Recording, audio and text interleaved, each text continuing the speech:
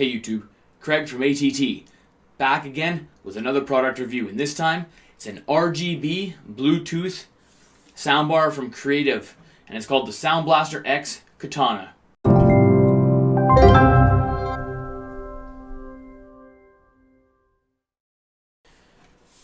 Alright YouTube, so let's take a look at the soundbar. Now, first things first, we're going to start with a little bit of build quality. Okay, so if I look at the top here, and I'll get this, whoop, too close. If I get this here, if I look, it's got really nice brushed aluminum on the top with a speaker here and a speaker here. We'll talk about those speakers in a little bit, okay? If I go to the front, we have got this really nice mesh sort of plastic speaker grill. Really nice. And in behind here, there's two more speakers. And we'll talk about them again later also, as well as a little tiny screen inside. Okay? Under the bottom here, 2 feet. And on these feet are some nice rubber pads, so this is not going to slide around on you at all. If I look at the right and left sides here, they also have this nice mesh sort of plasticky feeling to them. And then we're going to get to the back. And the back is where we have all of our ins and outs, or our I/O ports. And we're going to go over these a little bit more in depth, and I'll get a little bit of a better view for you, and we'll go through exactly what's in there. With this soundbar, okay, you also are going to get in the package a little bit remote for controlling it.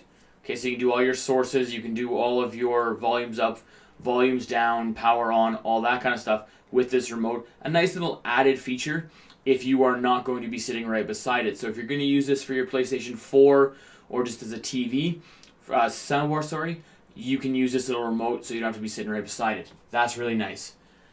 The last thing you also get with this is a nice big dedicated subwoofer. Okay, nice wooden enclosure, nice big bass speaker port here, excuse me, and then a nice sub here. Now you don't have to hook this up, but it does give this thing a little bit more low end, which is really nice. And we'll talk more about that when we get to the sound kind of profile of this soundbar. All in all, it's a really well constructed, well built sort of soundbar and sub combo. Now for the price, it had better be. And so at the time of recording this, for Canada, it's $385.96 on Amazon.ca. And then if you're in the States, Amazon.com is $282.68. And that's again on Amazon.com. On Amazon.com, it does have a 4.3 star rating with 48 reviews. So it's a fairly good reviewed unit.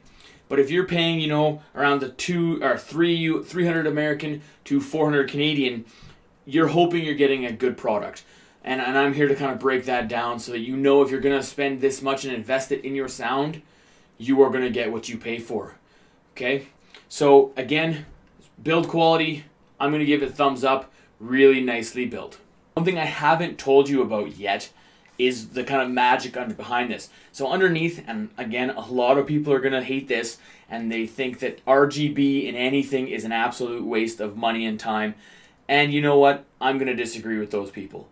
I find that the RGB just adds a little bit extra bling or a little bit extra personality to your setup. And I personally enjoy RGB lights. And underneath here, you do have one big RGB light strip.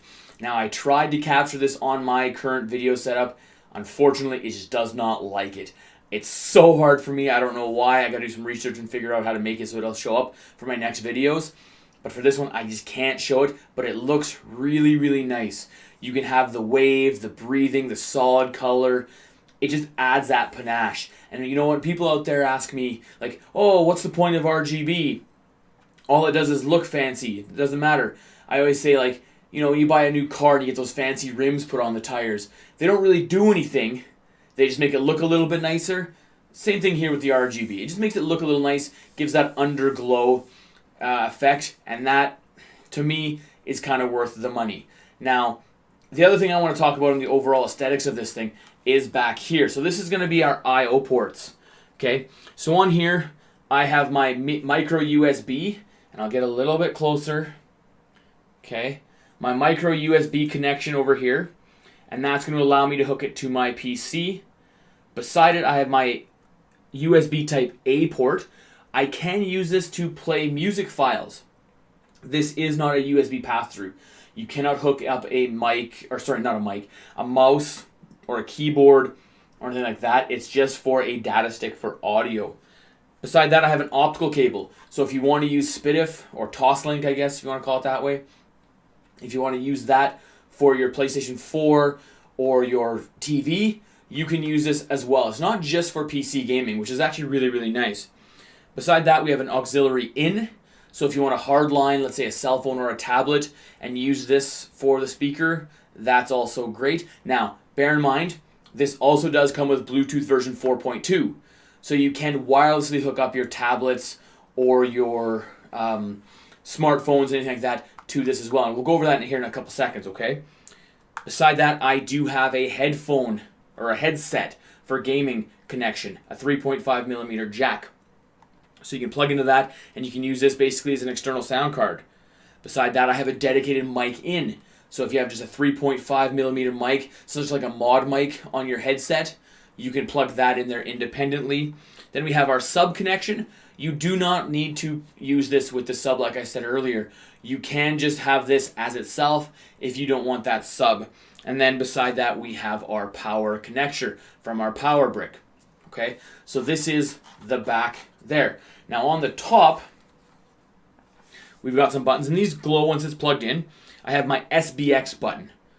That is going to let me change my sound profiles, my equalizer profiles that I set, and I'll show you guys those in the software when I do the little software look, how we can use and set it up to custom make our equalizer sound curves and our equalizer settings, just to make this a little bit more custom to our sound liking.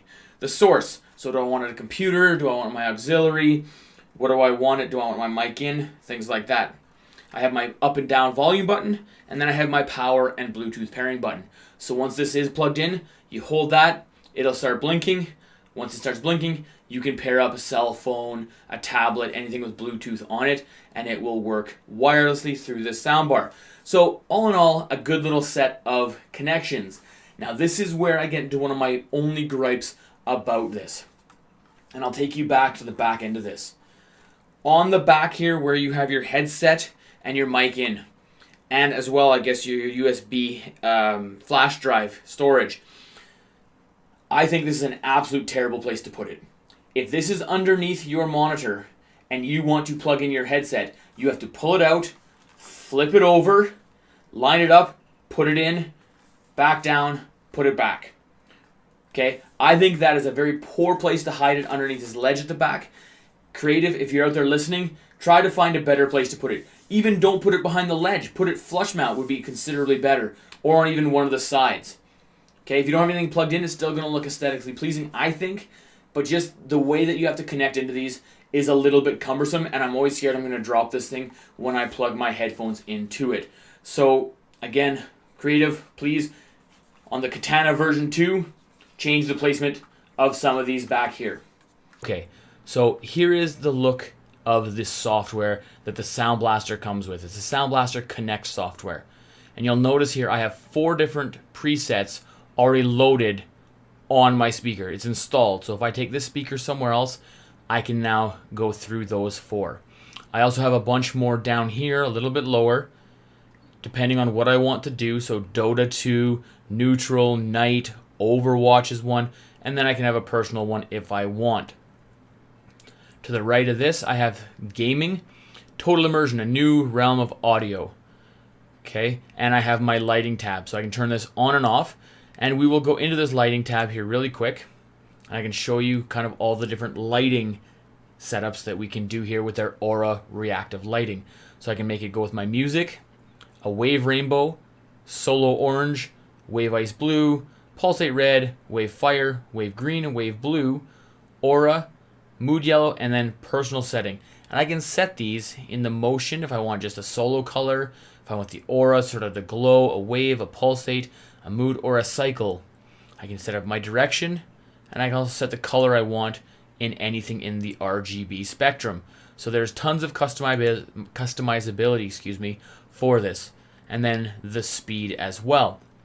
So you can make this thing look really nice. You can make it really match your current setup.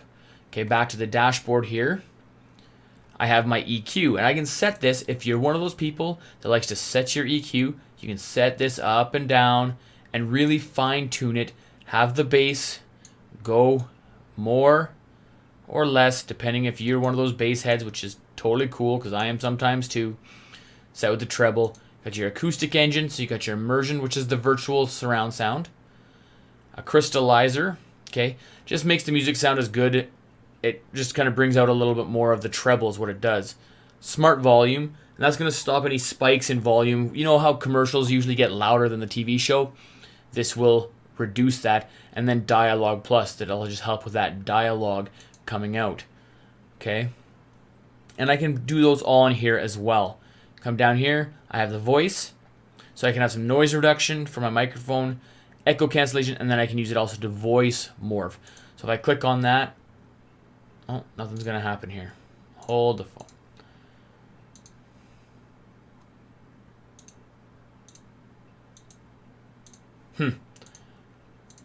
Well, nothing like having it not work for you when you're doing a YouTube video, hey? Alright, well, let's just carry on. I'll have to take a look into that. I'm sure it's something that Creative is on already. But, you know what? This is a real life scenario. I don't want to edit that out just due to the fact that it's going to make it look weird because it didn't work right. So that's something that we should take into account. Okay, so there's a lot of customization, and then you can come here on this side as well if you just want to go to the sound or the lighting rather than coming off this dashboard that has all-in-one. Now you can come in here and you can custom make one if you want. You can add it to the library, and then you can put it on here and download it right to your system. So it is really versatile to take with you. Okay, I know in the past some of Creative's software has been a little bit buggy. Now this has its moments, but overall it is fairly good, and they've been rolling out some decent updates for it to make it as stable and as good as possible. Alright YouTube, so that's it for my review of the Sound Blaster X Katana. If you like what I do here, hit that subscribe button down below, leave me a comment. I love to hear your guys' feedback, and I'll catch you on the next one.